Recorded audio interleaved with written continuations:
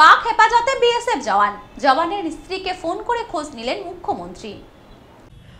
19 দিন ধরে পাকিস্তানে বন্দী বিএসএফ জওয়ান পূর্ণম শাওয়ের স্ত্রীর সঙ্গে ফোনে কথা বললেন মুখ্যমন্ত্রী।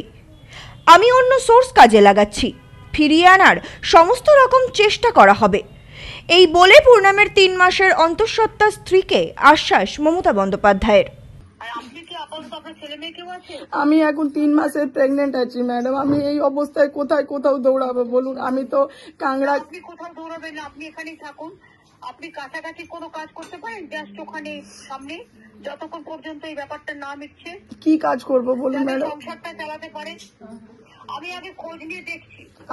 আমি দেখুন ম্যাডাম, আমি গ্র্যাজুয়েট, মানে পড়াশোনা জানি, কিন্তু আমার কাছে এখন চাকরি কি? আমার একটা বাচ্চা আছে, সে ক্লাস 3 এ পড়ে, আর আমার শ্বশুর আছে, শাশুড়ি আছে, দুজনই মানে পেশেন্টই বলুন। তো এখন আমি কোথায় কাজ করতে যাব বলুন? আমার 3 মাসের প্রেগনেন্সি, এই কন্ডিশনে কাজ করতে হলে আমি আপনাকে এখন আপনার কাজ করার মতো পরিস্থিতিও নেই। হ্যাঁ, আমি দেখে নিচ্ছি, আমি তো বিএসএফ এর সাথে কথা বলে নিচ্ছি। রিশরার বাসিন্দা বিএসএফ জওয়ান পূর্ণম শাওকে এখনো ফেরায়নি পাকিস্তান। তা নিয়ে উদ্বেগ উৎকণ্ঠার মধ্য দিয়ে দিন কাটছে জওয়ানের পরিবারের। বারংবার পূর্ণমের স্ত্রী কথা বলতে চেয়েছিলেন মুখ্যমন্ত্রীর সাথে। এবার তাদের পাশে থাকার আশ্বাস দিলেন খোদ মুখ্যমন্ত্রী মমতা বন্দ্যোপাধ্যায়। রবিবার রাতে মুখ্যমন্ত্রীর সঙ্গে ফোনে কথা হয় জওয়ানের স্ত্রী রজনীর। প্রায় 5 মিনিট কথা হয় দুজনের মধ্যে। এরপর পূর্ণমের স্ত্রী রজনী সংবাদ মাধ্যমের মুখোমুখি হয়ে দাবি করেন তিনি স্যাটিসফাইড। মুখ্যমন্ত্রী তার স্বামীকে ফিরিয়ে আনার সব রকম চেষ্টা করছেন বলে জানিয়েছেন।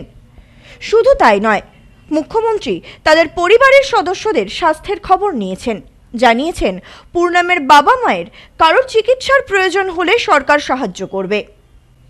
এদিন রজনী আরও জানান তার স্বামী যে ফিরে আসবেন ও সরকারের তরফে সব রকম সাহায্য করা হবে সেই ব্যাপারে তিনি আশাবাদী। কালকে মিটিং হবে ওনাকে ছাড়ানোর জন্য, এইটুকু উনি বললেন। আর বললেন স্ট্রিক্টলি এটা নিয়ে অ্যাকশন নিচ্ছেন। দিদি বলছেন আমি কন্টিনিউ ওদের হাই লেভেল সবাইকে ফোন করে জানিয়েছি কি আমাদের স্টেটে এরকম একজন হয়েছে, প্লিজ ওনাকে ছাড়ানো হোক। মানে খুব স্ট্রিক্টলি উনি কথা বলেছেন।